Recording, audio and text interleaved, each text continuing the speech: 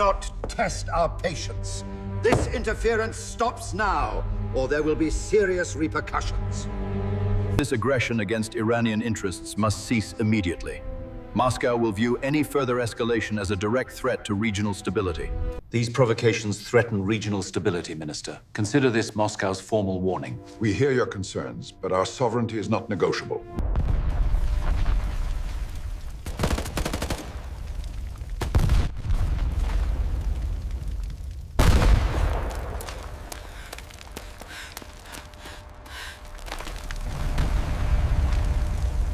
Okay, so things are really heating up on the world stage right now. You've got what's basically a powder keg in Iran, and Russia has just dropped a very direct, very severe warning aimed right at the United States. So what's really going on here? And why should you care about global security? Let's break it down. Right, so Moscow did not pull any punches. The Russian Foreign Ministry came out and said that anyone planning something against Iran must be aware of the disastrous consequences for the situation in the Middle East and global international security. Now, in the very careful world of international diplomacy, that is not subtle. That's about as direct a warning as you can possibly get. So let's dig into that phrase, that very intentional word, disastrous. What exactly is Russia trying to say with this warning? Well, the way Russia is framing this is really key. They're using some very specific language, calling U.S. actions subversive external interference.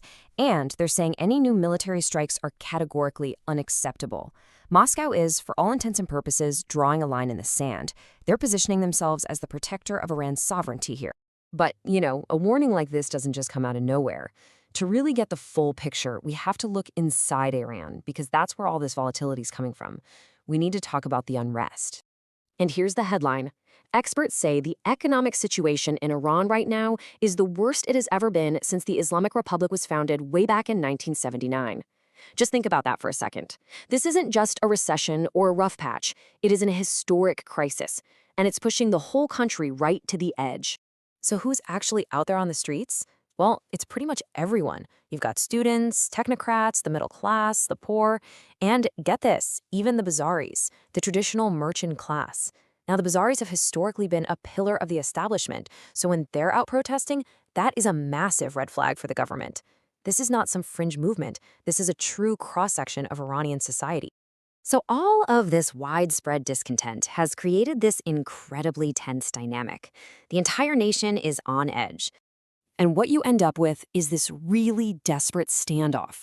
On one side, you have people protesting for the most fundamental needs you can imagine. We're talking about food shortages, not being able to pay rent, even a lack of water. And the government's response? Well, it's a volatile mix of lethal force and mass arrests on one hand, and on the other, they're trying to hand out benefits to the poor. It's like they're trying to punch and bribe their way out of the crisis at the same time, which tells you a lot about how unstable they feel.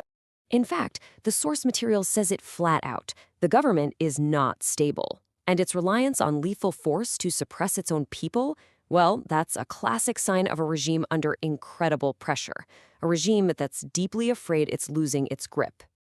Okay, so that's what's happening internally. Now, let's zoom out to the international chessboard, because this is definitely not happening in a vacuum. There are some major external players making some very big moves. And let's just put this on a quick timeline to see how fast everything is escalating. A little while back, you had reports of Israel's Prime Minister Netanyahu pushing the U.S. for military strikes. Now, jump to today, you have Israel's cabinet holding a special meeting about Iran at the very same time Russia is issuing its warning to the U.S. You can just feel the pressure mounting from every direction. And then there's this little nugget. The source material we're looking at cites information alleging that Mossad, Israel's intelligence agency, has been actively egging on the demonstrators. It is really important to note that this is presented as an allegation in the source. But right after that point, we get a really critical dose of perspective from Professor Peter Kusnik, who says the demonstrators don't seem to need a lot of outside encouragement. And that's such a key takeaway, right? The point is that while there might be outside players stirring the pot, the fire was already raging because of just how bad things are inside Iran. So, you've got this internal crisis colliding with all these external pressures. What does it all mean for the rest of us? Let's zoom back out one last time and talk consequences. When Russia throws around a term like global international security, this is what they're talking about. It's the idea that nations are supposed to be free from these huge, destabilizing threats.